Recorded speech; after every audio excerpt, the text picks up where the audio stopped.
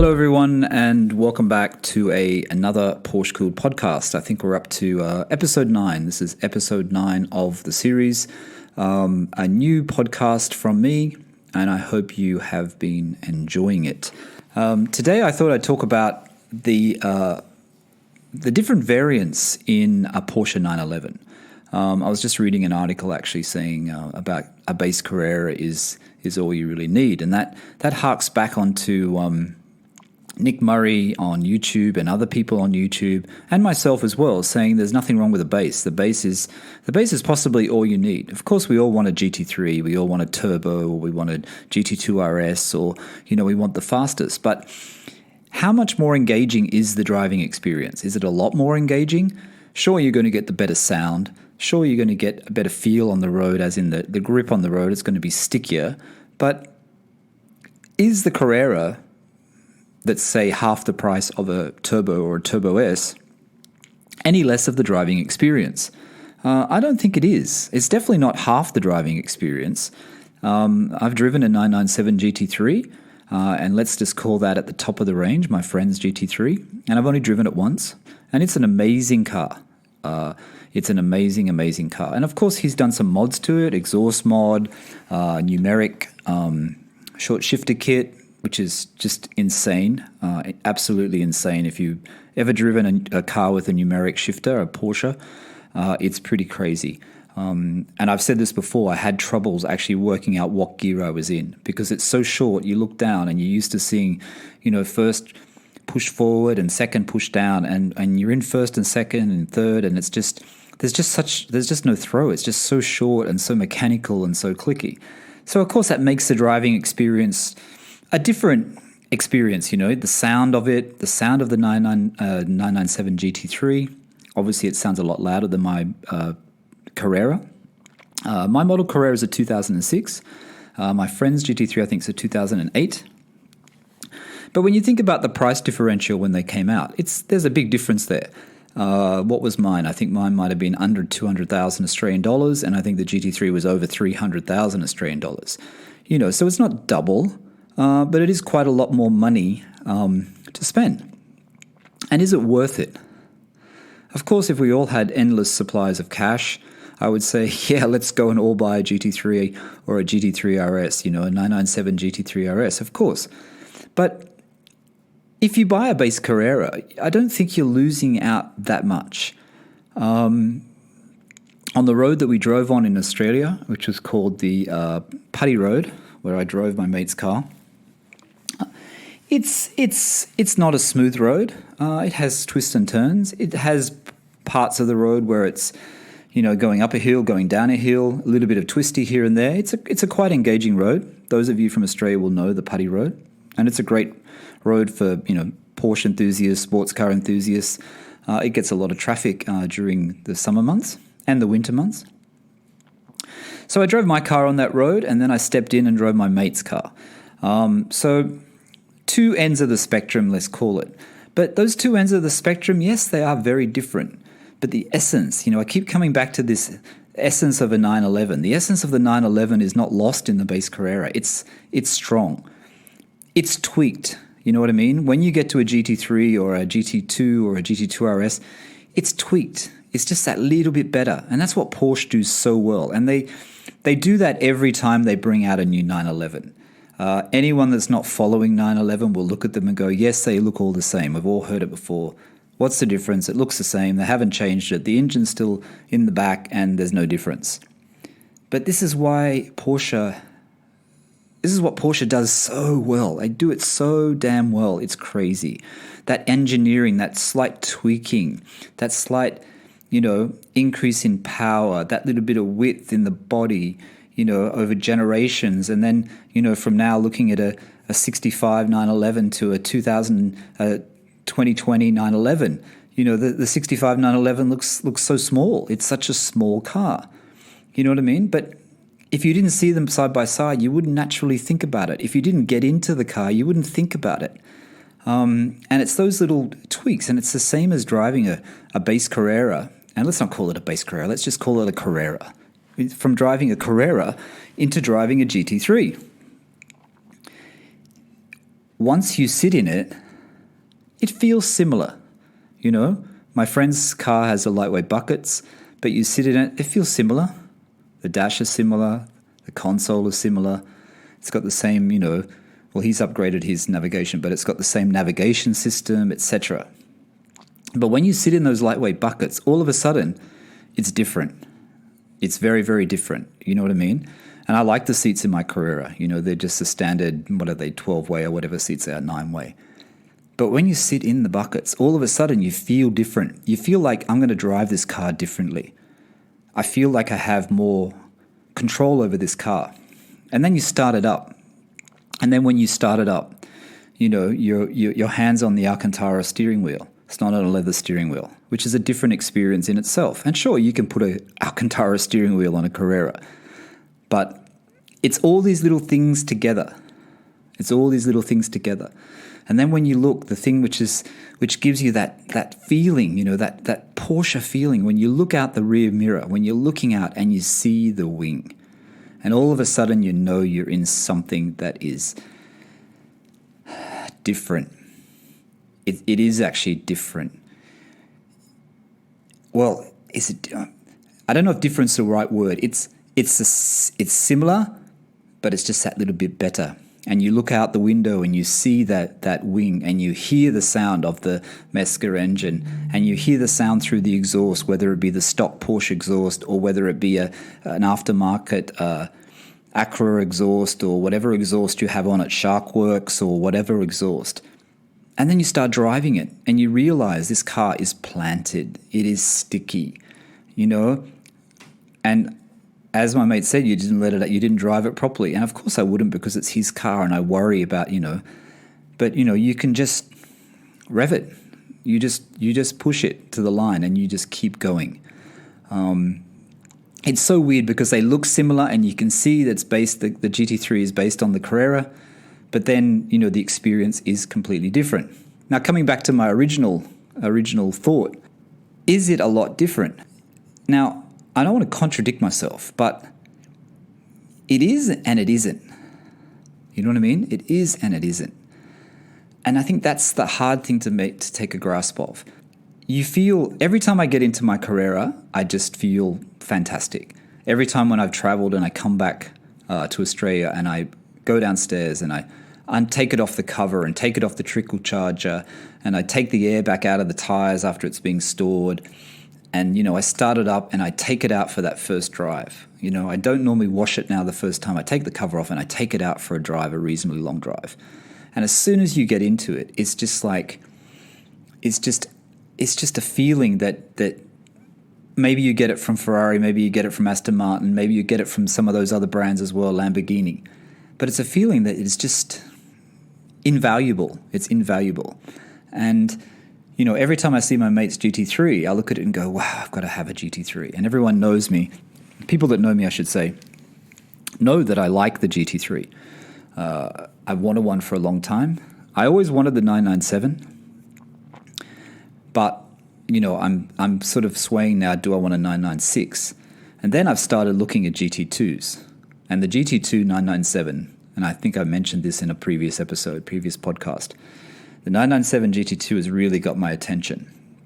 And they're sitting in Australian prices. They're sitting around the same price as a 991.1 GT3 RS. I saw a couple of 991 GT3 RSs for sale in Australia without on-road costs for around 320,000 Australian dollars. The GT2 that I like in a grey, I forget the grey, not seal grey, the other grey, for sale at, I think it's in Duttons in Melbourne in Australia, is 319,000. And when you get to that level, what do you choose? Do you choose a newer generation or do you choose an older generation? And of course, you buy into the top end of Porsche. No doubt you're getting more for your money. You are getting more for your money.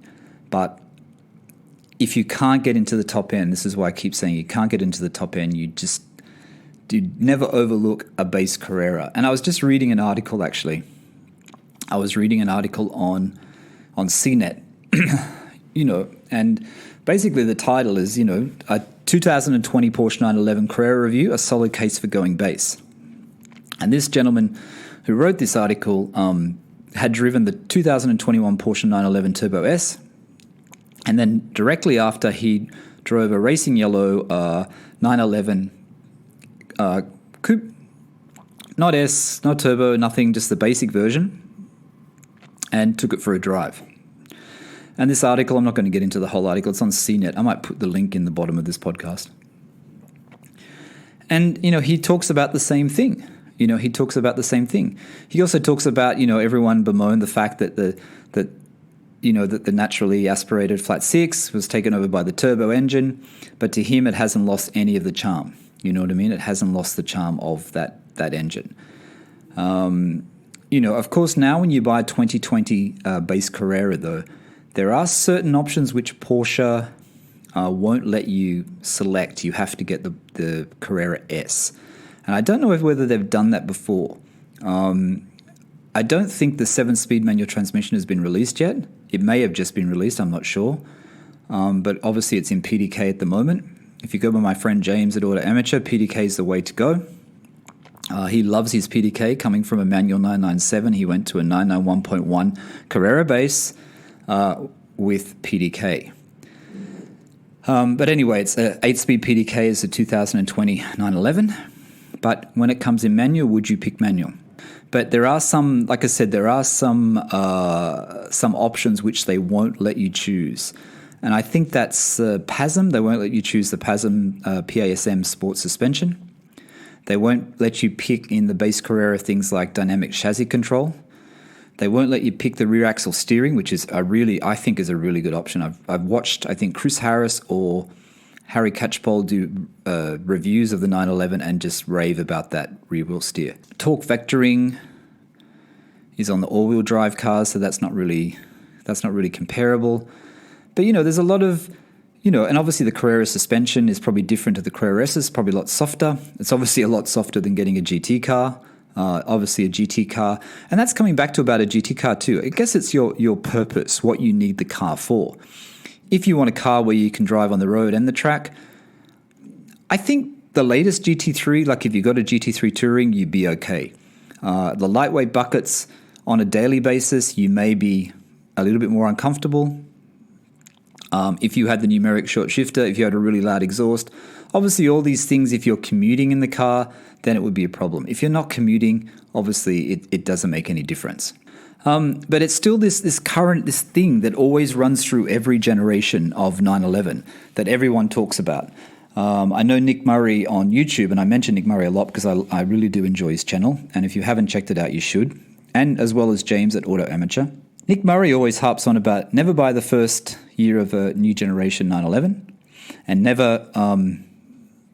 and also never forget the base, because the base is pretty fantastic as it is.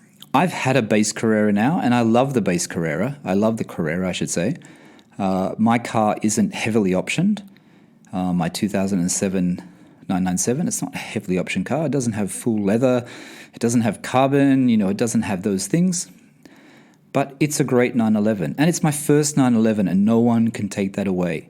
And if you haven't ever owned a 911, you should never look higher than your budget, but you should never overlook a Carrera for a Carrera S. And I know everyone wants a 997 Carrera S if you're looking at the 997 generation, but you should never overlook the 997 Carrera. Manual Carrera, 997, 2006 upwards model, I would suggest. A lot of people prefer to get the 0.2 in the 997, so you get the 0.2. You don't have the IMS issues. You have Bluetooth. You have a black navigation system instead of the grey one. But not a lot of difference really. You get LED lights, running lights, different LED rear lights. But for anyone that's listening to this podcast, who's listening to these Porsche Cool podcasts for inspiration to get their 911 or research into getting their 911, don't overlook the Carrera. 997 Carrera. I would even go so far as saying a 996 Carrera. I don't think you're ever going to lose money on a 911. Even the 996, which hasn't been hugely popular, now that's changing. But really, are you going to lose money? I don't think so. 911 with its faults, no matter what they are, after time, people forget the faults. People learn to live with the faults. People learn to get things done to the car to fix the faults. The IMS in the 997, 996 is a good example. Companies come up with solutions to help owners. I've been looking at 996s for sale. 996 Carreras I'm starting to look at now because I had this idea of getting a Carrera 996. At first I was looking at 4Ss, and I'm still not overlooking the GT3, but I'm saying at a cheaper price point, I've been looking at the 996s. 996 Carrera, not a Carrera 4, just the Carrera 2. And then thinking, even if it's beat up, even if it needs to be resprayed, get it resprayed. Get it resprayed in a color, a classic Porsche color. Maybe not necessarily one that came in the 996. Maybe more like a special, paint a sample color based on an old color. Change the wheels, fix the inside up. Make it like a special, I don't want to say outlaw, because I'm no Magnus Walker, but similar to that sort of style, like make it your own. And not be really worried about what you're doing, because you pick it up quite cheap, you spend a bit of money on it, but it's the project along the way, it's the fun along the way, it's the experience along the way. And that's what I love about Porsche. The deeper you dive into the Porsche community, the deeper you dive into Porsche life, the more things you think about that you could do, more things you think about that, hey, why don't I do that? Why don't I get a GT3 996? They're a bit cheaper than a 997. And I can fix it up a little bit. Or why don't I just get a base Carrera 996? Like I said, I don't think you're ever going to lose money. But then again, why don't I get a 928? I heard Magnus Walker talking today at an old Smoking Tire podcast about his 78 928, how he bought it. And it was $8,000 US. And he bought it at the same time that he bought, not long after he bought his Lotus, he bought a Lotus, which he said he bought sight unseen and it broke down. I don't know whether you heard this episode. And then he needed a car, so this guy said, I've still got the 928 for sale. So he bought this white 928, and he drove it all weekend without a problem in the world. Sight unseen, 78 928. I mean, that's the story I like to hear. Porsche is a reliable car, and I think before I bought a 911, I really did look too much into the what's going to go wrong, how much is it going to cost me, how much is the service, am I going to go broke by owning this car? And looking back after 3.5 years of ownership, you don't have to be that scared. You know what I mean? You really don't have to be that scared. I like, I'm going to refer back to Magnus Walker again. I really like his attitude. I like how he says, how bad can it be? You know what I mean? He buys a car. A lot of these cars he buys sight unseen.